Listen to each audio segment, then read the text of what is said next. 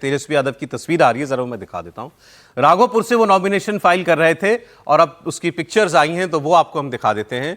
नामांकन करते हुए की तस्वीर, तेजस्वी यादव के बगल में लालू यादव बैठे हुए हैं, पूरे परिवार के साथ वो गए थे। राबड़ी देवी जी भी साथ थी उनके, और उनके साथ ही मीसा भारती भी थी, उनकी बड़ी बहन। तो राघोपुर से तीसरी बार चुनाव लड़ेंगे तेजस्वी यादव, उनकी पारंपरिक सीट आप इसको कह सकते हैं।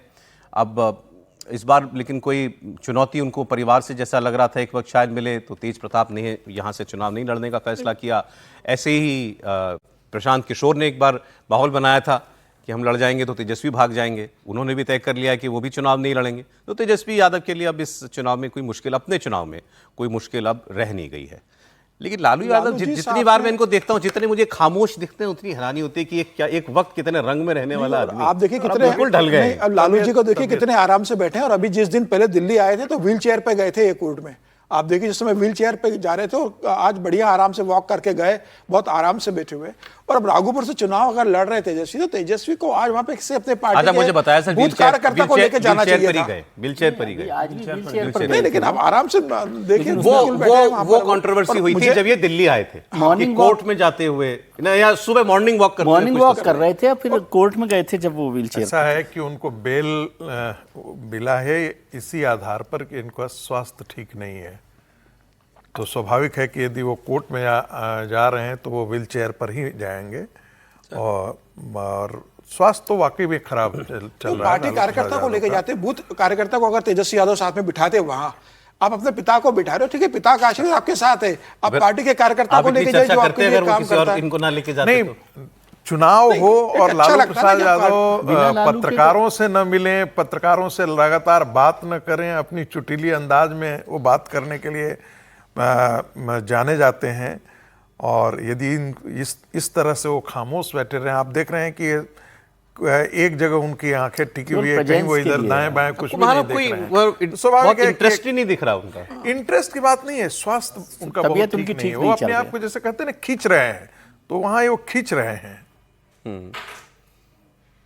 तो और स्वास्थ्य के लिहाज से देखें भाई, जितना वो कंट्रीब्यूट कर पा रहे होंगे इस चुनाव में, कर रहे होंगे, भैया 5 साल बाद तो और जाने कितने एक्टिव वो रह जाएंगे। और लालू यादव की प्रेजेंस ही उनके चुनाव जीतने के लिए एक बड़ा वो वजन है, उसको ऐसा समझना चाहिए। मतलब लालू यादव कहां से लड़ते थे? लालू यादव अलग अलग जगह से लड़े,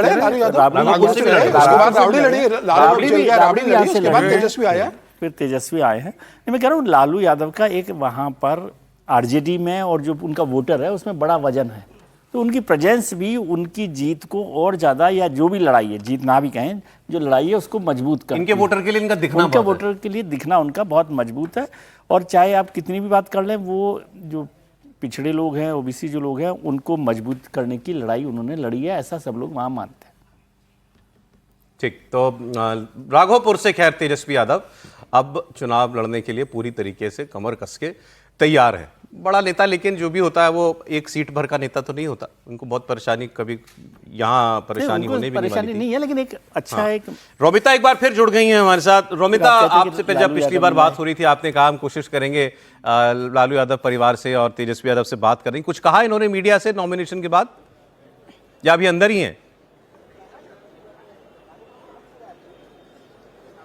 देखिए सौरभ, इंतजार यहाँ पर थोड़ा सा लंबा होता जा रहा है, क्योंकि तकरीबन 20 मिनट से हम भी यहाँ पर इंतजार कर रहे हैं कि तेजस्वी यादव जो है वो परिवार के साथ बाहर आए। और सबकी निगाहें इस वक्त इस गेट पर टिकी हुई हैं कि कब तेजस्वी यादव यहां से बाहर आएंगे और अपनी जीत को लेकर वो क्या कहते हैं, बिहार में सरकार को लेकर क्या कहते हैं, या महागठबंधन में सीट शेयरिंग को लेकर वो क्या कहते हैं, इस पर सभी की नजर है। हालांकि कार्यकर्ता यहां पर अभी से उनको भावी मुख्यमंत्री बताते हुए नजर आ रहे हैं और जोश भरते हुए नजर आ रहे हैं कि ये भी रहे हैं कि 50,000 से ज्यादा की लीड इस बार तेजस्वी यादव जो है राघोपुर सीट से लेने वाले हैं। लेकिन ये तो चुनावी नतीजे बताएंगे, लेकिन फिलहाल हम भी इंतजार कर रहे हैं कि तेजस्वी यादव बाहर आए।